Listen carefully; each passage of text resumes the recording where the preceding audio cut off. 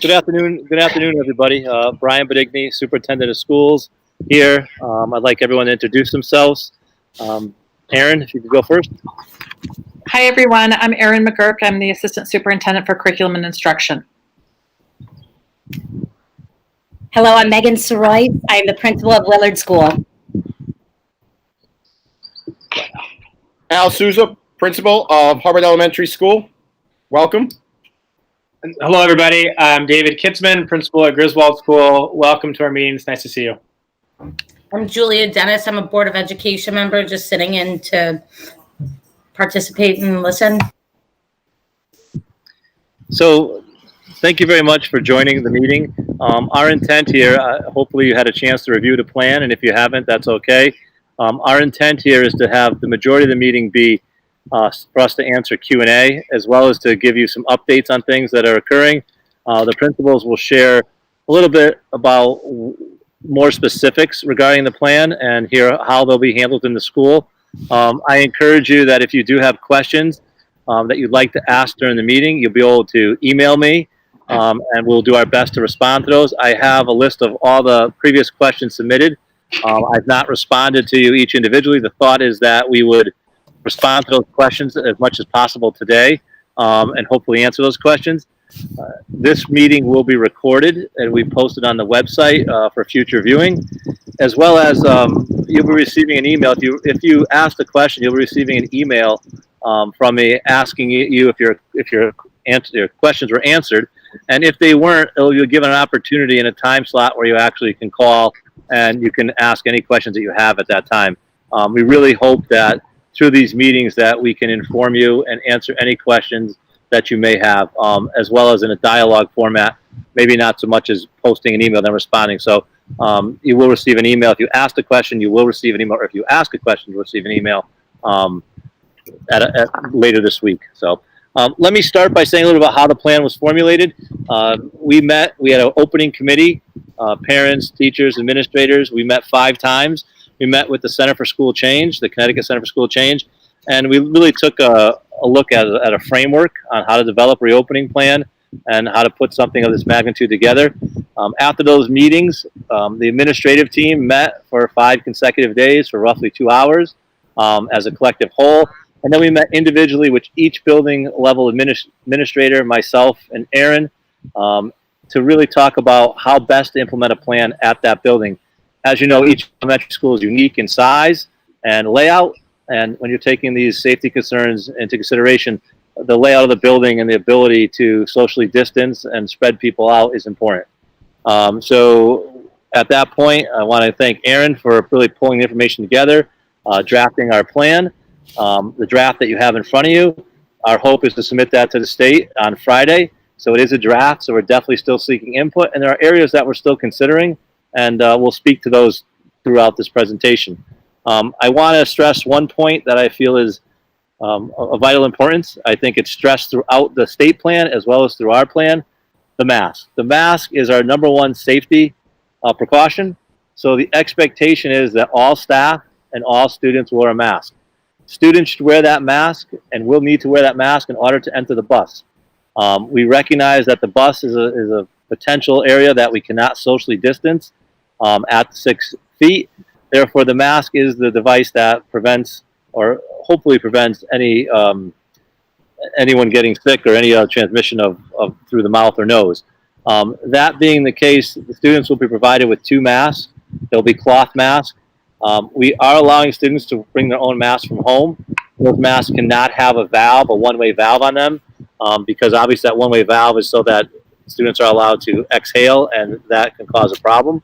I know that I've had 2 parents that are also nurses comment on those and wanted to make sure we weren't using them. We're also not going to allow bandanas. We're not going to allow a neck scarf that kind of goes over the nose and mouth.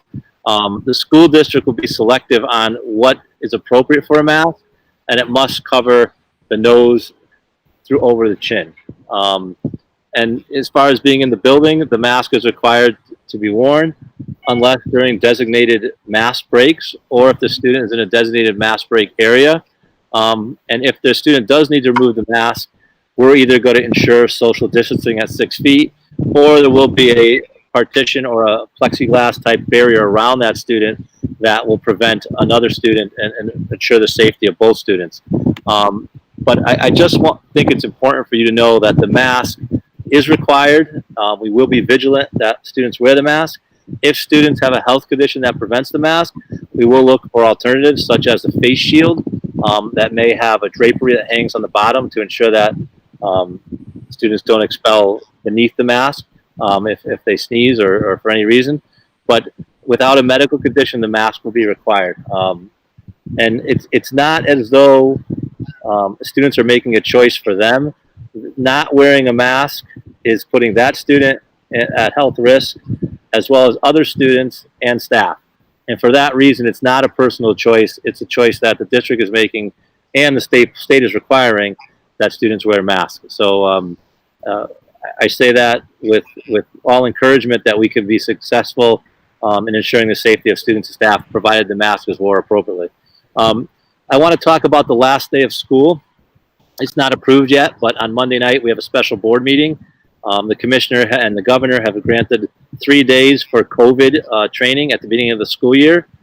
This training will mean that instead of having 181 days at this time, 3 of the days will be used for COVID training. We're going to have we will not start till Monday, August 31st, provided that the board approves that. So that first week that week before will be for professional development for teachers and staff. Typical professional development as well as safety training for the COVID and classroom requirements. It's important that parents understand that there's, and the principal talked more about, we were required to create a plan that looked at 3 potential openings of school, one being distance, one being hybrid, which would be, and we'll hear more about that, and one being live teaching. At this time, we are still planning, and you probably saw the article in the paper, the Harper Current, that, the Governor Lamont is still saying it will be live teaching come, opening a school. It's also said that he'll be making an announcement within the next, 3 weeks or so. So at this point, the governor and the commissioner will be determining whether we're live teaching, hybrid, or distance learning. So it's not a local decision. It's a decision that will come from the state at this time. It does not mean that couldn't change, but at this time. I think it's important for everyone to recognize that we know that there's still areas of concern, and this is a draft plan. And so if you have strong suggestions, one of the suggestions you'll hear about is temperature checking. This is my 3rd meeting this week with parents and 4th meeting with staff. The summer school that we have live summer school, over 100 students. Students are getting temperature checked in the morning, and staff are getting temperature checked. That was a requirement in the summer school plan, which was written months ago. The new plan did not require summer school, did not require temperature checks for staff or students. We did not put those in at this time. It was a conversation with the Central Connecticut Health District and the director, and the feeling was that they were not that great of an indicator. We are reconsidering those only for the fact that we've heard from many parents that they will feel more comfortable knowing that the school district was taking the checks and not that it was just individual parents. So we are reconsidering that, and that may be in the final document that we submit to the state. But again, the purpose of this meeting is so we can answer your questions. I don't want to, I'm hoping that my opening gives you a little background and talk a little about some of the concerns. The principals will spend the next 15 minutes or so going through some finer points of the plan, and then we'll turn the rest of the meeting over to Q&A. So with that, I'm going to turn it over to Mrs. Royce, principal of Willard School, to start the presentation. Thank you, Brian.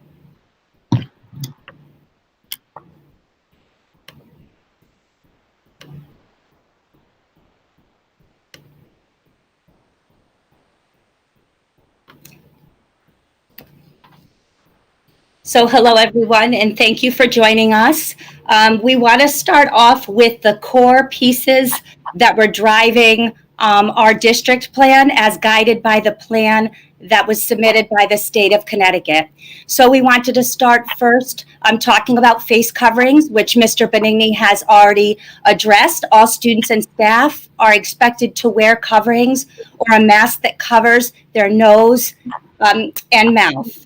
So masks and face coverings will be provided. We are purchasing them for the students and staff. However, they are expected to come into the building with them and to exit the building with them on as well. I think it's important to note that we do know that we work with young children and that this will not necessarily be easy for everyone. So we are prepared to provide mask breaks. We will be working that out with teachers and establishing those protocols throughout the day and those guidelines to keep everyone healthy and safe.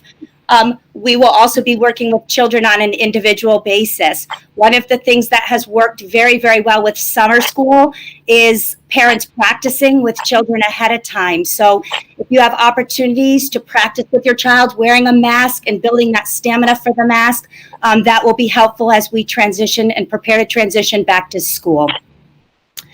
The next core piece is in regards to cohorting. We are working diligently to cohort by classrooms and teachers once students are in the building. So we know that transportation is the first cohort, so students on the bus or being transported in through different venues. Once the children are in the building, we are working to establish the cohorts in the classroom with the teacher and the same group of students so that they are able to function independently as much as possible. That being said, there are circumstances for extending cohorts. We need to provide students with the services to meet their educational needs and social emotional needs. So that includes special education services, related services, tier 1 and 2 instruction, and ELL, and instrumental lessons, which instrumental lessons has social distancing guidelines up to 12 feet. So we are working currently to accommodate that in outdoor spaces or larger spaces because we know that music is very important as well as these other components are to educating our students. Rolling into the third, another core piece is social distancing and facilities. And I just alluded to that with the instrumental lessons. We are working on maximizing social distancing. If you have been to Willard or McGee in the past few weeks where summer school is taking place, you've noticed that there are distancing markers outside the school and at pickup locations so that again, that we're practicing that proper distancing. There will be signage in all of the buildings with directionality. Our hallways will run 2 ways, but indicating where students should stay closer to the walls and those pieces. We are also working in classrooms again to promote that social distancing with classroom setups, and my colleagues will speak more to that in a few minutes, as well as throughout the building. So setting up outdoor spaces where students and staff alike can spread out. We can maximize learning, but again, maximize that social distancing as well. And the last is transportation. And the transportation guidelines currently state that buses will operate at full capacity. It is important to note that all students and operators must wear face coverings on the bus throughout the ride. So it's expected that they will get on the bus with face coverings on, that they will exit the bus and their face coverings will remain on if they're being dropped off at school. We also know that in regards to transportation, that is subject to change based on where the community is health-wise. So if there would be a different plan put in place if we do approach a different level with heightened awareness for social distancing protocols. So these are variables that we are considering at this time. And Mr. Kitzman will be talking more about that with you in a moment. Over to our learning models. Okay. Thank you, Mrs. Royce. Hello, everyone. It's great to see you all virtually. I don't want to speak. I mean, I'll speak for everyone. We certainly miss seeing the kids, but also the families around the school. And it's a pleasure to be here to present to you our learning models as well as some other things. So I'm here to talk about the 5 different variations of learning models we may have or may encounter, starting with the one that we're beginning the school year with, which is the in-school instruction. So the in-school instruction is what looks most typical like a traditional school day. This is Monday through Friday, normal school hours, with meeting our guidelines and restrictions presented to us by the state of Connecticut. We've been working very hard this summer to minimize the impact of those restrictions on actual learning at school, and we're very excited about the opportunity to bring the kids back into the building, bring some joy back to school. Not that it was gone during distance learning, but we certainly missed aspects of it. And this is going to be, I think, an excellent test, and we're ready for it. The in-school instruction will begin on August 31st, and we will be prepared to move to other versions of instruction if we have to. But some of the messages and things that we're sharing with teachers, that we're hearing from families about, what are some concerns they have, and I wanted to let you know that some priorities are being placed at the start of the school year on building relationships with students. We recognize that we have not had them in the building since last March, and the importance of those relationships are key. We benefited from having those relationships last spring when we had to move to distance learning, and we're going to work really hard to build those quickly in the start of the school year, so that if we do have to transition to another learning model, we have that relationship and that connection. We're going to be meeting students where they are. We're going to be very conscious about the language we use as well. Students aren't behind, they are where they are. And we're going to be differentiating our instruction and our learning to meet their needs and then progress them forward. The next model of learning would be remote learning. Remote learning is students who are going to be learning at home due to medical concerns, illness, quarantine, or other reasons, and they'll be learning with support from school. This is something that families can opt into. This model will be in the pre-K through 5 classroom, as we will have a designated teacher across the district who will work with each grade level for that remote learning. And then from that point, it would resemble in somewhat what distance learning looked like for that group. So for example, if we had, say, 15 to 20 third grade students across the district at Hubbard, at Willard, and at Griswold who opted into remote learning for any of those reasons I just spoke to, we would then have one teacher who's working with that cohort of students and providing the instruction for them with some additional resources that we'd be using from the state.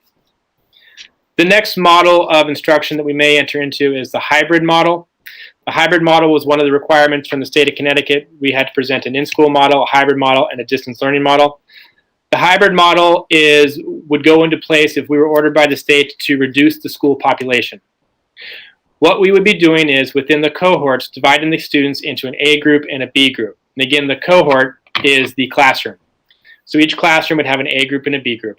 On Monday and Tuesday, the A group would come for in-school instruction, and the B group would stay home to do some distance learning, some home learning, some opportunities to hone skills, to maintenance, as far as things they've already addressed, things they can do independently, I should say. On Wednesday, just like during distance learning last spring, we will have a opportunity for communication and support and planning for our teachers. And then on Thursday and Friday, we would rotate. The B group would come to in-school learning, and the A group would stay home and practice the new learning they had on Monday and Tuesday. So that's the hybrid model. The next model is the distance learning model, which resembles very much what we did last spring with some improvements. We are very appreciative of all the feedback we received from families last spring and over the summer, and we are proud that we think we can even improve upon what was already a successful program. Some things that will be a little different with distance learning this time around would be that we won't have a grid, is what we refer to it as, that is shared across the district. That would be used in the back end for teachers and for planning. But what you would see as the parents and guardians of students is, if they were in grades K through 3, you would get a seesaw notification from your classroom teacher for that day's learning. And if you're in grades 3 through 5, you would have it through Google Classroom. This will provide for the classroom teacher who your child knows best to be the primary instructor. There might be some opportunities where another teacher from across the district might lead something district-wide, say a virtual field trip or some other type of activity. but the majority of the time, the classroom teacher who has the best relationship with your child will be the primary instructor and able to differentiate better for their group of students. And so that's the distance learning model. And then the final model we have is the homeschooling model. And the homeschooling model, homeschool has always been an option in Berlin, and this is just another option that's still out there for families. And this is when families would elect to stay home and educate their students from home. So those are the 5 learning models that we're presenting as a district. And I know Meg's going to transition forward here in a little bit, but hopefully if there's any questions about the learning models, we can answer those in a bit or at a later date. So the next thing we want to talk about is transportation, and Mr. Benigni did touch upon transportation already, but I just wanted to go over a few things. First, transportation, we're encouraging families to transport their children to and from school, and we recognize that that's going to create some scenarios that we are still working on, such as an increase in traffic, but at each school we have individual plans to address that. And each principal, Mr. Sousa, Mrs. Soroyce, we will be sharing those plans with the families of our school. So I don't want to get too specific with the transportation plans for arrival and dismissal. However, the buses is one area where we are aligned. We're asking the family self-monitor at home for temperatures over 100 or other symptoms of illness or COVID-19, and please too stay home if your child is ill. The bus drivers will also be doing some monitoring as students get on the bus. We are requiring all students on the bus to be wearing a mask. We will be loading from the back of the bus to the front. So if their bus stop is the first group to be picked up, they will go directly to the back of the bus and sit. Siblings can sit next to each other, and as best as possible, we're going to social distance on the bus. A lot of this depends on how many students are committing to riding the bus, though. So we're looking forward to your responses to that survey in the near future so we can plan accordingly. When riding the bus, the students will have their assigned seats they're expected to stay in for the entire ride. When going home, if the students get off, there is no switching of seats because, again, we're maintaining that social distancing and keeping students as safe as possible. When you arrive at school, we'll be unloading from the front of the bus to the back. Because of the size differences of the 3 schools, there'll be a different procedure at each school as to how kids will unload, but we are minimizing the amount of students who are going through the same entrance and doing our best to help maintain that 6 feet of distance as they're entering the building.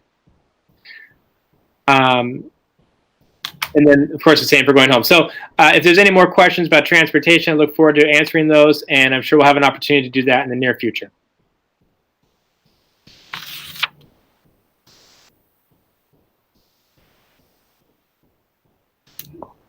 Oh, Mr. Sousa. Got it. Thank you. Welcome, everyone. I'm going to take it from here. We're going to talk about some important daily considerations. And before I move to that, just on behalf of the administrative team and our teachers and our central office staff, please know that the plans that are being created and shared are certainly in the context of exceedingly difficult circumstances and require a great deal of flexibility. That being said, we are absolutely steadfast and relentlessly committed to our mission for your kids. We understand where we have 4, 5, 6, 7, 8, 9, 10-year-olds walking into our building, and we have families trusting us in some of the most difficult of circumstances with their most prized treasures. And under normal conditions, it's very difficult. Under these conditions, it can be massively overwhelming. We get it. We understand our responsibility to you and to them. And we certainly know that our academic responsibilities for your children are great, but equally important are those social emotional pieces for these children that are walking into to our schools. To our new students and families who are out there who maybe we haven't seen live yet, or you've heard from us virtually, I'm talking to our kindergarten parents or any of our transfer students. We see you out there. You are part of our school families and our district families. We'll be reaching out to you to provide opportunities for you to meet and speak with us. And to our existing families who have experienced the cultures in our buildings, our schools may look a little different.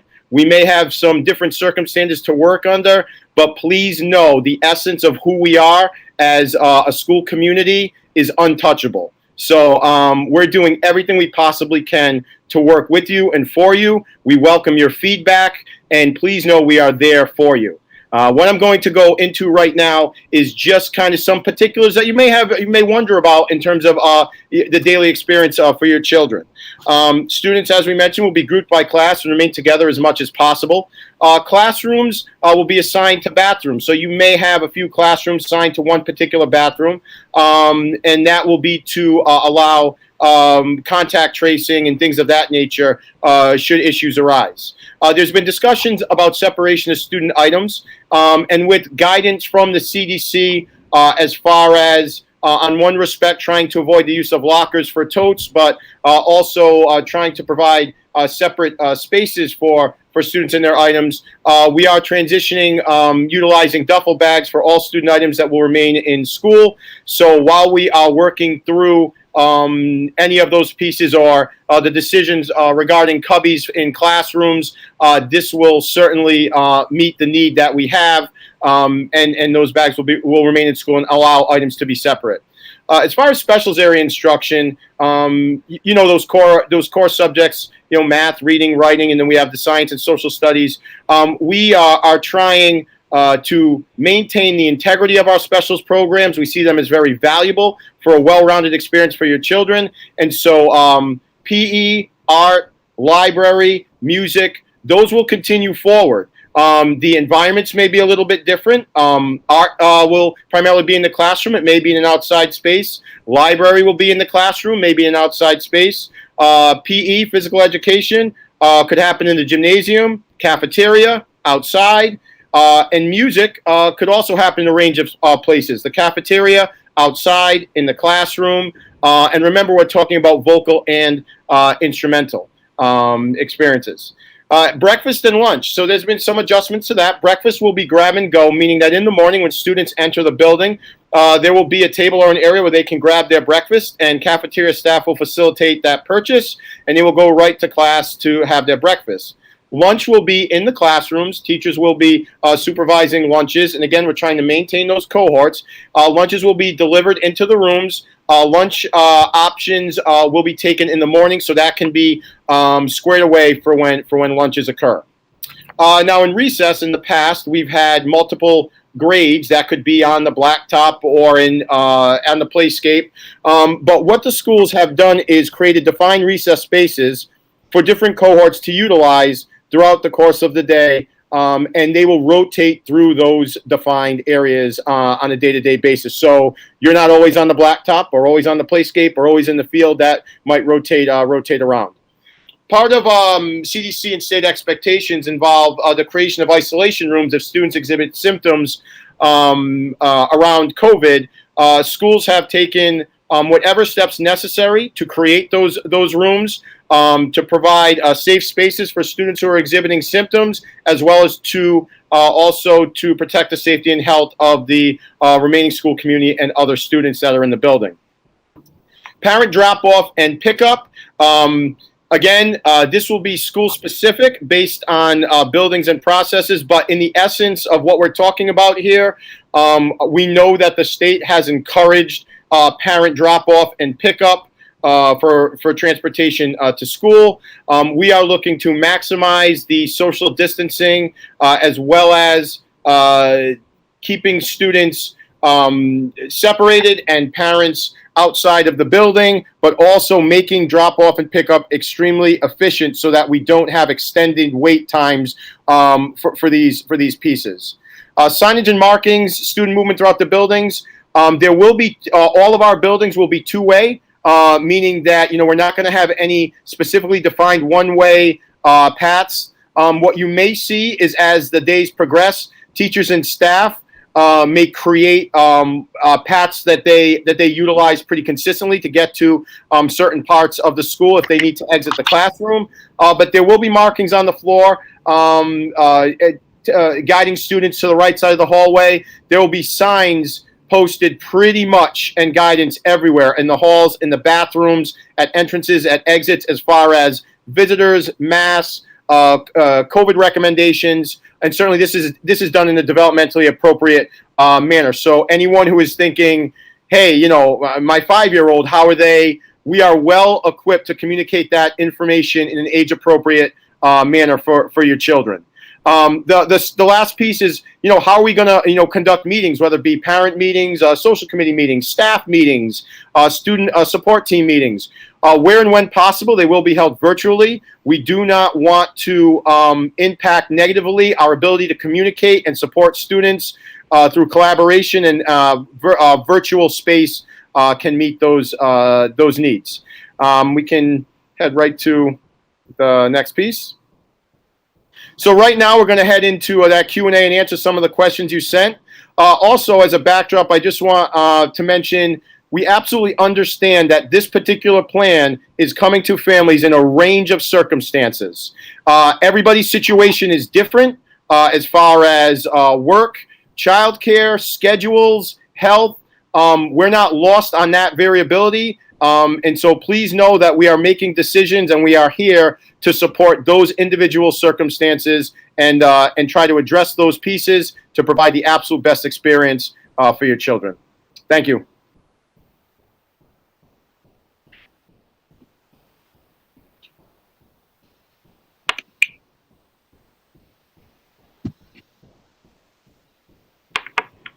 I think at this time, we'd like to start looking. I know some of you are sending me emails with questions. I also have a list of questions, that host of questions that people sent in. So I'd like to start trying to answer those questions. As I read the questions, it may be helpful that others join in. If it's a question that's more relevant, that they have more knowledge on, by all means, feel free to answer it. Are parents required to provide duffel bags, and how big should they be? Names included. I don't know if you want to answer that, one of the principals. Sure. The schools will be taking care of all of the duffel bags. They do not need to be provided. We've coordinated efforts with central office to get safety equipment and all the necessary pieces for the start of the year. So those will be provided for all students, and they will be differentiated by school. Okay. Next question about if a student is experiencing symptoms of COVID-19 during school. It said that they will be put in isolation with other students that are experiencing symptoms. Questions, COVID symptoms similar, common. They're not put, even when the students are put in the isolation room, there's barriers between students. Any student that has symptoms is not being put together because we don't know if those symptoms could be a common cold or something else that's going on. So we have isolation rooms, and we have alternate isolation rooms so that we can divide the students, because we can't say that even if they did have the same symptoms and it was COVID, we wouldn't want them together in the room. Brian, could I add something to that as Please, well? go right ahead, David. Jump in, anyone. Yep. And furthermore, if a student is displaying symptoms consistent with COVID-19 and they are moved to the isolation room, that also means they're going home. So it's not that there's a permanent placement in that room. It means that we're waiting for parent pickup and the student is being sent home to follow those procedures. Yep. Thank you. There's also some guidance that if there's multiple beds, that students are socially distanced within that room.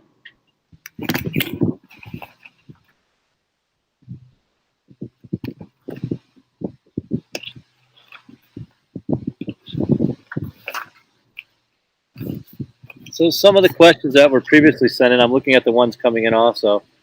Will cohorts be the same academic levels? I don't know. Aaron, would you like to answer that? The students at the elementary school are cohorted in their classroom teaching assignments, which are heterogeneously grouped as they've always been. The students that are participating in remote learning will be grouped in a grade appropriate group, and those will also be heterogeneously grouped. Thank you. Next question in advance, but can we opt to keep our students home and have remote instruction? I think that's been answered, but the answer is yes. Not because it's a medical reason, because you're opting to do that. You have a right to keep your child home, and we will do our best to educate them to the best of our ability, whether they're in school or they're in a remote learning situation. I just want to add on to that the remote learning is judged by the state to be a temporary situation. The expectation is not that we're offering remote learning forever into the future. A few questions that I previously sent in. how is the district to provide student-centered learning with various items and elements effective instruction are not possible based on the reopening guidelines? We understand that there will be a change in the instruction, how we provide that instruction, and we're not saying that it's the optimal learning environment. What we are saying is, given the conditions that are presently upon us, we're gonna make this situation safe, number one, and then make it as optimal as possible. We recognize that there's things that we previously did that we will be unable to do because it's a safety concern. But that does not mean that students won't learn, and it does not mean that teachers won't be able to teach. How will bus transportation be monitored? I know that was talked about already, but the monitoring will take place by the bus driver. We will not have bus monitors in place, but we will require the students to wear a mask at all times. We talked about the seating on the bus and how we plan to do that, how assigned seating and where the students will be sitting based on whether they're a sibling, their location of when they get off the bus or on the bus. Face coverings, we talked about that. What procedures for students who develop difficulty breathing? As I said, there will definitely be areas to take mask breaks when students need to take a mask break, not just at specified times.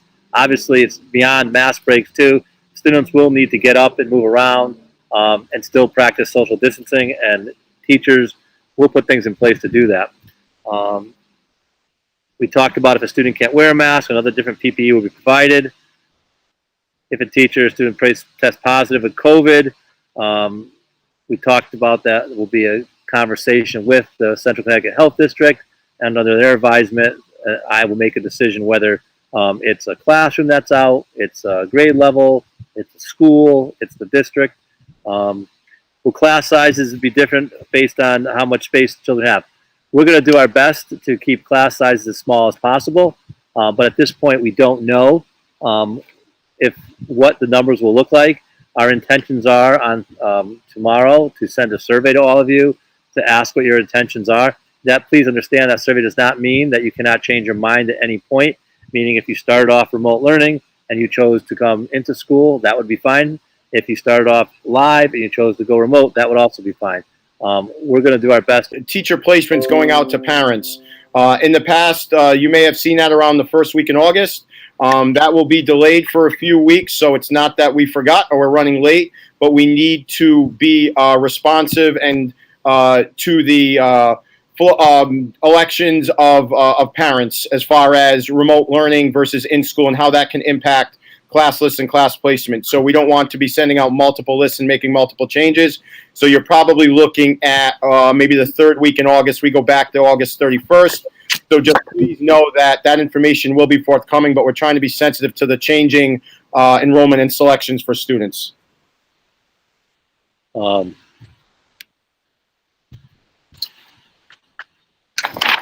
just going through the questions here.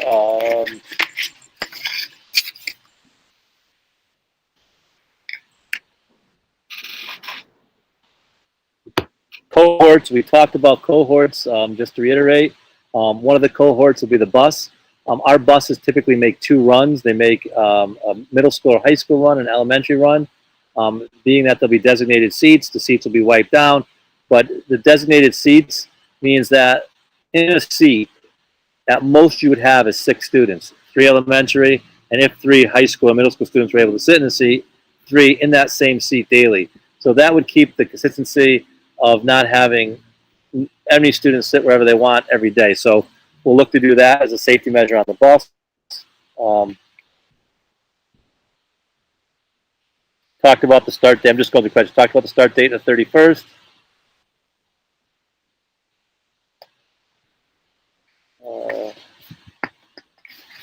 Opt out. We talked about that.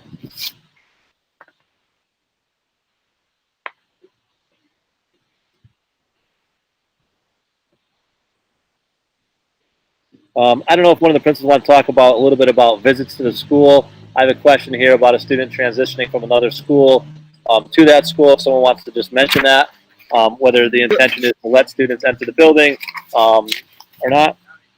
Yep, sure. I can answer that because that question was involved my school.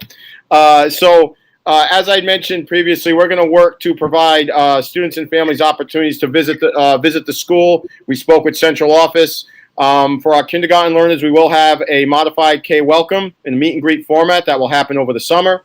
for any students and families that would like to visit the school or connect with us, that can absolutely be arranged, and we can work with you to do that. As far as the timing for those pieces, obviously we're getting schools ready. So we'd like people to have an accurate picture of what things are going to be like as we're preparing. But please know those opportunities are absolutely available to families. My child has ADHD. I do not worry about her sitting in their seat in the classroom 7 hours without physical activity or change in environments. My understanding that there aren't any room changes, lunch specials, or recess. We recognize that sitting still for that amount of time is not possible, and we will be implementing things to have students get up and move around. But within that context, we also will ensure that they're safe, they're socially distanced. If they're not socially distanced, they're wearing their masks. But we recognize that we can't just go through a 7-hour day without some of the movement that took place within the class and expect students to be able to sit there for that time. Can the physical classroom size accommodate the same numbers of students? If in the plan, wearing a mask, yes, the state document is saying it can. If we had to say that we can keep them socially distanced in the classroom without knowing how many students are coming back to school, that may be difficult. I'll just go through here.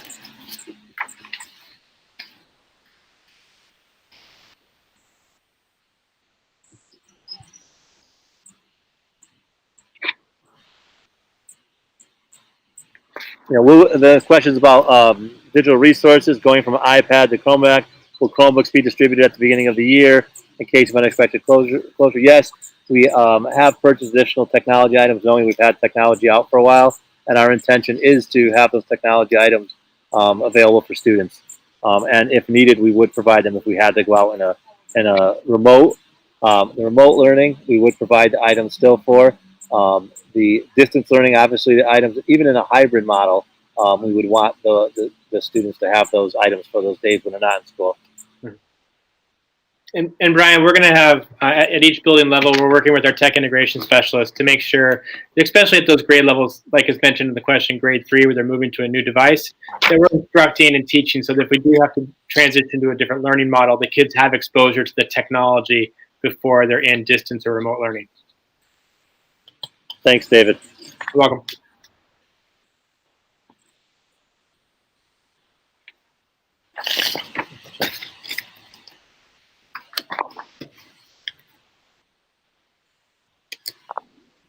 Will there be plexiglass or other dividers in between desks and other items in the classroom and setting visually, psychologically is a concern for their mental and well-being? Can you explain more about what the district is doing? I think we talked about that the students will have those dividers. And the reason for that is simply that lunch will be served in the classroom. Therefore, that when they take off the mask, that divider protects the students from each other as well as protects the teacher. So that's the reason for the plexiglass barriers. That being the case, I think it's important for us to share a little bit about how we decided on this and why. We know that in all classrooms, we can't maintain that 6 feet of social distance. So the mask is the device, but obviously when it's time to eat, the mask has to be removed. So therefore, that's why the plexiglass would be added. What PPE can we expect teachers and others to be wearing? Teachers will receive 2 masks, as all students will. They'll be cloth masks. Teachers can also opt for a shield if they choose to have one. And teachers can also have the plexiglass sneeze barrier at their desk if they'd like to have that. School district encouraging parents to drive their students to school. We talked about that, and the traffic issue with drop-off times and so on. We'll have to work through that.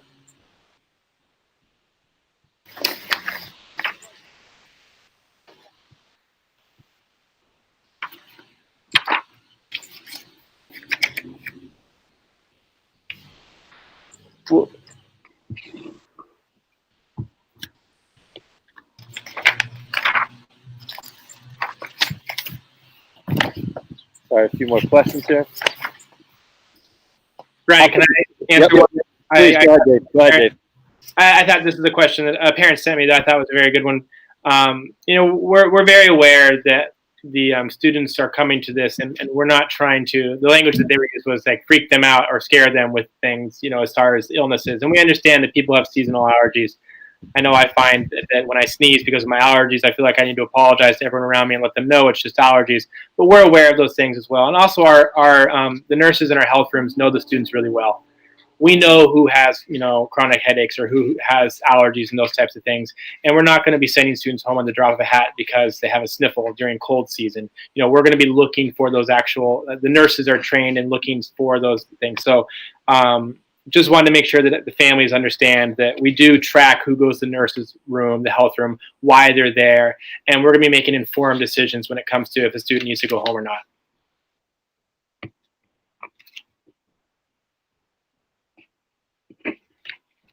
Here, how could the CEA paper affect Berlin plan as outlined? We don't believe the CEA. We've been in communication with the BEA, and we don't believe that there's anything we're doing here that the CEA would object to, or definitely the BEA doesn't object to. Remote learning questions: how many hours per day of instruction will occur for K-5? What will the hours be if remote? Those will be worked out with the teacher who's teaching the remote learning group of students. But we do expect there to be live teaching every day. It would not be just a posting of assignments. Will each grade level have a designated teacher to teach them? That really depends on numbers. If there's enough students at a grade level that are electing for remote learning, then we would have a teacher for each grade level. If we do not have those numbers be that high, a teacher may be teaching 2 grade levels if the numbers warrant it. Will the instruction be delivered via video like it was done distance learning? I think there'd be some video, but there also would definitely be a live component to it. Will the use of Google Classroom for 3rd and 5th graders? Yes, Google Classroom will be used 3rd through 5th. How would you get materials for art and science projects? It would probably be a pickup, as we've done with technology, if you needed certain supplies. Can parents get lesson plans needed the prior week? No, the lesson plans would be posted in Google Classroom as they would for other students. That's how students receive them. Will lunch and snacks happen in the classroom? We talked about that. They'd be in the classroom. How will it impact students that have food allergies? Our thought on that, and I know it was mentioned, but if a student has a food allergy and they have a 504 plan, someone will be reaching out to that family, be talking to the parents. If the student is comfortable and doesn't propose a health risk, to have their lunch at their desk with their sneeze guard up, then they could eat right in the classroom. If that does not work for the student, we'll create an alternative plan for those students.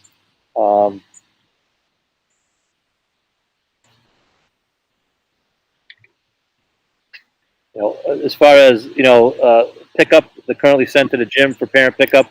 I know that, I believe Al spoke about that, obviously the pickup procedure and entering the building will change to allow for social distancing and a safer environment.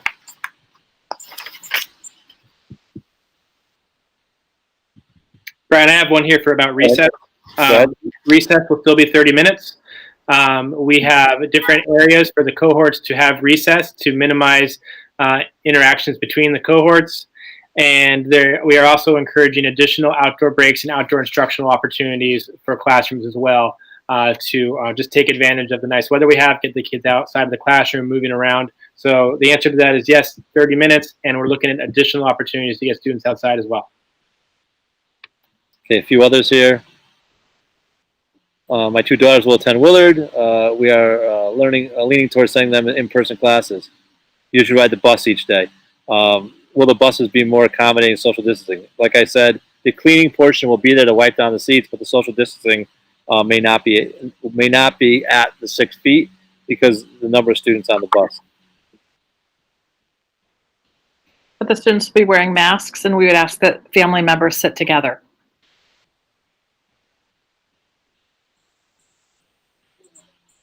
Okay, as far as the live stream, we talked about that already at home. There will be some live streaming home for students that elect to do remote learning.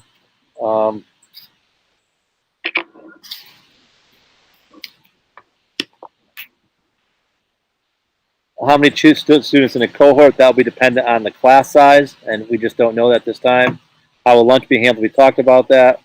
Math break we talked about. Recess we talked about. Parents sending their child in sick is a concern.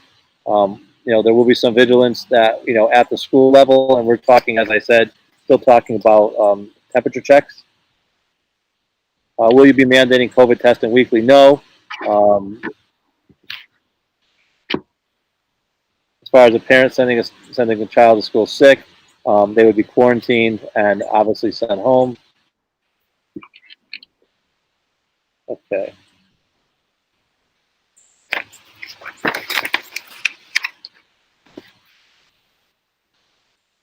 If the plan is to have no circulation in the buildings, this will begin the buildings usually uncomfortable for all, especially.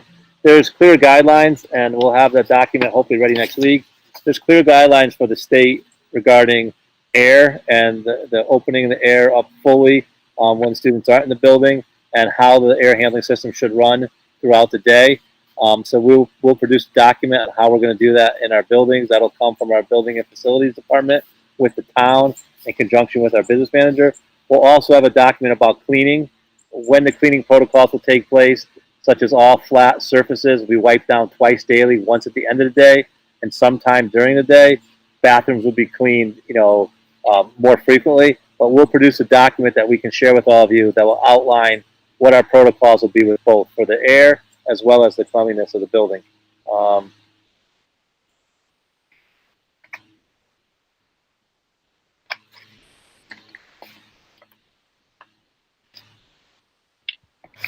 Okay. Someone asked about, how come you're not looking at the hybrid model?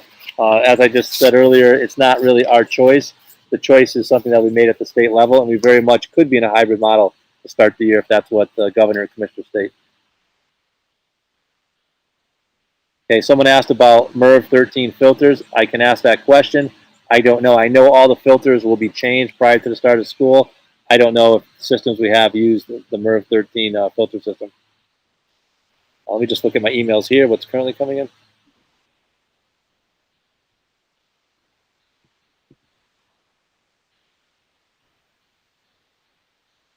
Will students be able to take off their masks during outside recess in gym?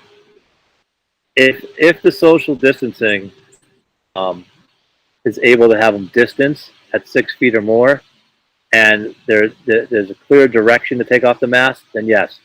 The recess is going to be much different because the recess will be by cohort in specific areas. It's not as though you're going to have multiple classes out in the same playing area. But I don't want to say yes, it's going to be like that all the time.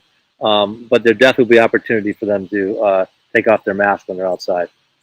Brian, if I could just weigh in, because I know that's a huge piece. I think what we're trying to do, because it's a very complicated scenario, is try to be as creative as possible to finding times. I guess this is the simplest way to put it. Our efforts are geared toward finding creative ways to provide breaks as opposed to finding ways to have kids keep their masks on. We know they have to be on, but we're constantly thinking about ways to provide opportunities for kids to be kids, to have that opportunity with the masks off in whatever scenario possible. So I would echo Brian's sentiments in that we'll be looking for every avenue possible to give kids mask breaks outside at recess, in scenarios in the building when it's absolutely safe. That is our goal. And we do trust the notion of kids want to be together. They want to see each other.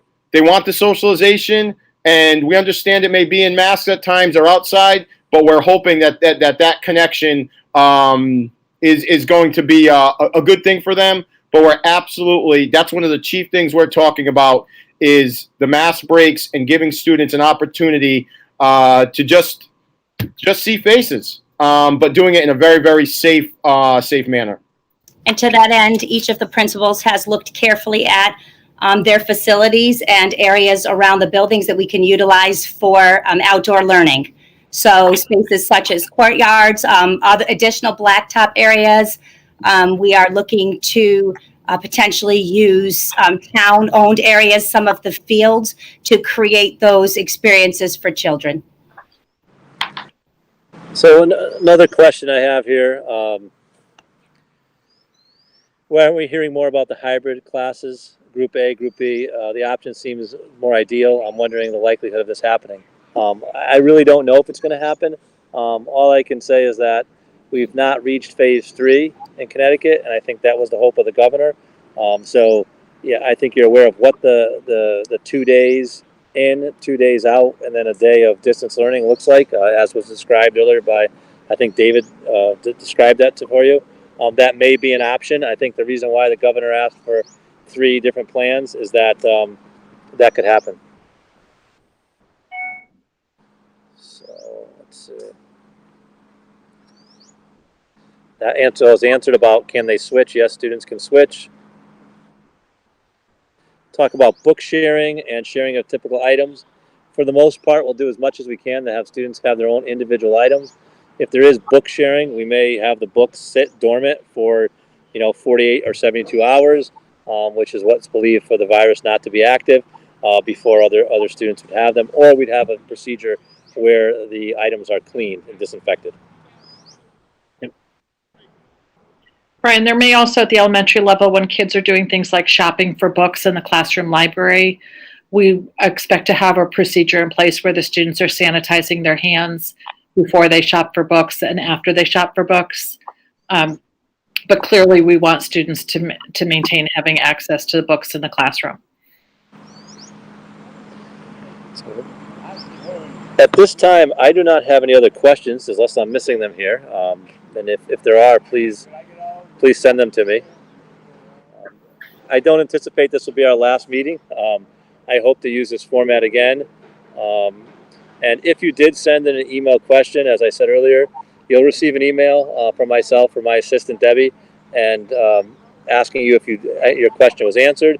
If you have further questions, you'll have the ability to schedule a time, and we'll have a phone conversation so you can ask your questions and get the clarity that you're looking for. Anything else, team, that we should talk about this time? Brian, I just want to say, when we send home the survey, we're asking families to please complete a separate survey for each child in their family. That will allow us to more easily sort the information and get the information directly to each individual school, so that the schools know and can make plans around the kids from their separate buildings. Thank you, Aaron. I want to thank you all for all of your time. We are doing our best to ensure that it is a safe environment for your children, as well as for the staff. And the measures that we're taking today could change should the direction the district needs to go, such as the hybrid or distance learning. I think it's important for all of you to know that should we have to go back to a distance learning environment, we appreciate all of your support as we shifted on the fly and did the best we could. But our expectations as a district for distance learning are much more than what they were before. We understand that the interactions with the teacher and that live teaching is very important, and the interactions with their classmates. So if we do have to go into that type of environment, it will be different than what we've had for the first time, as we've shared that with teachers as we went out last year. So thank you again, and if you have any questions, please don't hesitate to email me or talk to the principal of your school, and we will get through this. Thank you. Thank you. Thank you. Thank you.